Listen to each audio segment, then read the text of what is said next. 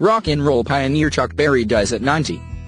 Every time you see a rocker strutting the stage, slinging their guitar around and cutting loose with killer riffs, Chuck Berry's musical DNA is at work. Berry, who died Saturday at 90, according to The Street. Charles County, Missouri Police Department created the rock star blueprint more than 50 years ago, and generations later, there is still nobody who can touch the original. It is no wonder that when the Rock and Roll Hall of Fame in Cleveland inducted its inaugural members in 1986, the brown-eyed handsome man was at the head of the class. From the time Berry first hit the scene with Maybe Eileen in 1955, he defined the sound, the swagger, the style of a rock and roll star. He was the show. And to this day, guitarists pay homage, banging out his wicked licks and imitating his signature duck walk. Famous fans tweet love for late Chuck Berry.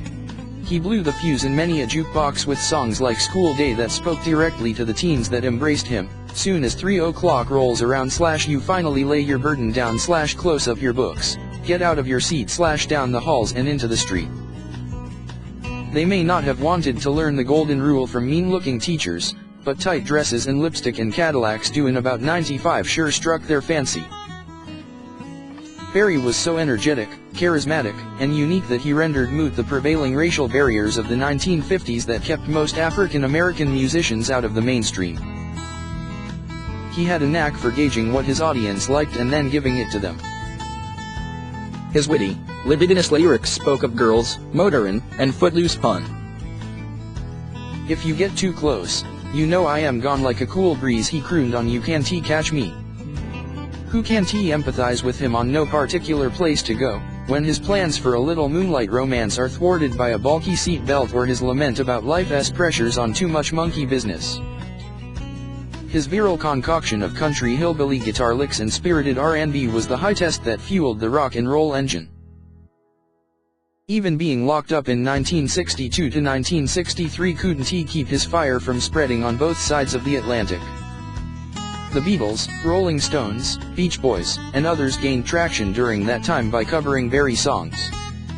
Even Elvis dipped into his catalog. More than 75 different artists have done Berry songs. Johnny B. Good alone has seen at least 24 versions. Berry and his music were built to last. Scandals couldn't keep him down. Neither could passing fads or changing tastes. His salacious euphemisms and rebellious spirit still resonate. Charles Edward Anderson Berry was born in St. Louis in 1926. He started taking guitar lessons after he wowed his peers at a high school talent show singing Jay McShaugh's big band song Confess in the Blues. It was an audacious choice given the setting, but it would foreshadow choices he'd make as his career blossomed. By 1952, he was playing in a band that played everything from blues to country. He soon joined Sir John's trio, which was led by pianist Johnny Johnson, who'd become a longtime collaborator. He eventually became the band's leader. How Chuck Berry's love of country inspired Nashville. In 1955, he went to Chicago where he befriended bluesman Muddy Waters.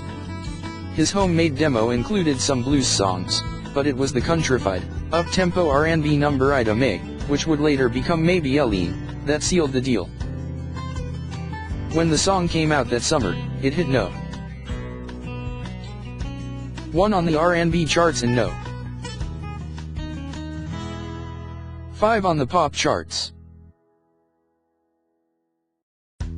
Over the next 5 years, Berry toured extensively and was a hit machine, rattling off winners like Wee Wee Hours, 30 Days, To Come Back Home, Roll Over Beethoven, Rock and Roll Music, Sweet Little 16, and of course, Johnny B. Good. Bolstering his crossover appeal was influential New York DJ Alan Freed, who booked Berry for his rock and roll stage extravaganzas and appearances in Freed-produced movies Rock, Mr. Rock and Roll, and Go Johnny Go. But Barry's ambitions went beyond just being a star. He invested heavily in real estate in the St. Louis area, and in 1958, he opened the racially integrated club Bandstand in what was then a segregated area of the city. A year later, he hired a young woman that he'd met on tour in El Paso, Texas, to work at the club's ATCHING. She was fired after 2 weeks, but after working as a prostitute at a local hotel for several nights, she called her hometown police in Yuma, Arizona, to help get her home. Barry wound up being charged with violating the Mann Act, transporting a woman across state lines for immoral purposes. He was found guilty, but the verdict was overturned because the judge made racist remarks. He was convicted again in 1961 and sentenced to 3 years in prison and a $10,000 fine. He served 2 years. Fortunately for him, the emerging white rock bands were keeping his music alive, and he came back blazing with another run of hits including Nadine, Little Marie, Promised Land, and No Particular Place to Go. He toured Britain and in 1964 appeared on the T. A. M. I.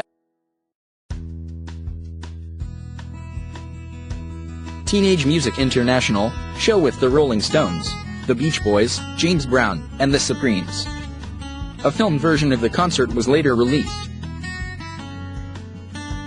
Over the next 8 years, the stream of hits dried up, but he found a new audience on the blues and hippie festival circuit. In 1972, he scored his last hit and only one pop tune, the racy novelty song, My Ding-a-ling, which he'd recorded 14 years earlier as My Tambourine. Still, he never really wanted for festival work. He played himself in 1978 Freed Biopic American Hot Wax, and in 1979, he played at the White House at President Jimmy Carter's request. A month later, he was jailed for 5 months for income tax evasion. Also that year, he released Rocket, his last studio album. The 1980s saw Barry much lauded for his body of work. When he was inducted into the Rock and Roll Hall of Fame, Keith Richards declared, "It's hard for me to induct Chuck Berry, because I lifted every lick he ever played." Barry inspired many such quotes during his career. Jerry Lee Lewis, his one-time rival who famously set fire to a piano on stage when Barry was set to close a show, said years later, "My mama said, you and Elvis are pretty good, but you're no Chuck Berry." Anthony Kiedis of the Red Hot Chili Peppers declared that Barry is a musical scientist who discovered a cure for the blues.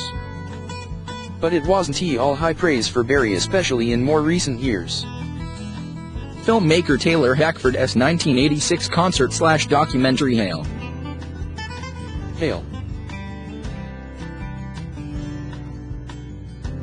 Rock and Roll, Richards served as musical director, showed all the characteristics that made him the father of rock and roll, but it also showed another side, a testy, unpredictable cheapskate. The warts and all portrayal of a musician more interested in money than art was in keeping with the reputation he developed in later years of saving a buck by using local musicians instead of paying a touring band. The result was hit and miss live performances. He also faced more legal problems. In 1990, he settled a class action suit involving 59 women who complained that he'd installed a video camera in the women's bathroom at 2 of his restaurants in St. Louis. In 2000, Barry was sued by longtime pianist Johnny Johnson, who sought royalties and credit he thought he was owed for songs they performed together. The suit was later dismissed, and Barry paid tribute to Johnson, the man who helped launch his career when he died at age 80 in 2005. Johnson, who was inducted into the Rock and Roll Hall of Fame as a sideman in 2001, was known as the king of the boogie-woogie piano. Despite his ups and downs, Barry's music never seems to go away. A 4-disc, 103-song boxed set Johnny B. Good. His complete 5/0's chess recordings was released in 2008, just ahead of his signature song's 50th anniversary in 2009. Republican presidential candidate John McCain used the song in his 2008 primary campaign, until Berry made it clear that he favored Democrat Barack Obama. Up until a few years ago, Berry played once a month at Blueberry Hill in St. Louis. His first studio album in nearly 38 years, titled Chuck, is scheduled for release sometime this year, according to his website, chuckberry.com. The backing band includes two of his children, Charles Berry Jr. guitar, and Ingrid Berry, harmonica. Berry announced the new album on October 18, his 90th birthday. He said the album is dedicated to the Meta Berry, his wife of 68 years. This record is dedicated to my beloved Toddy, Berry said in a media release. My darling, I'm growing old. I've worked on this record for a long time. Now I can hang up my shoes. Berry's son, Charles Berry Jr., described the new music as covering a wide spectrum from hard-driving rockers to soulful, thoughtful time capsules of a life's work. What an honor to be part of this new music, Charles Berry Jr. said. The St. Louis Band, or as Dad called us, the Blueberry Hill Band, fell right into the groove and followed his lead. Berry has left a body of work that will have lasting appeal. He will be remembered as long as there are musicians smart enough to dig deep into the source of their inspiration. Longtime USA Today music critic Steve Jones died in 2013.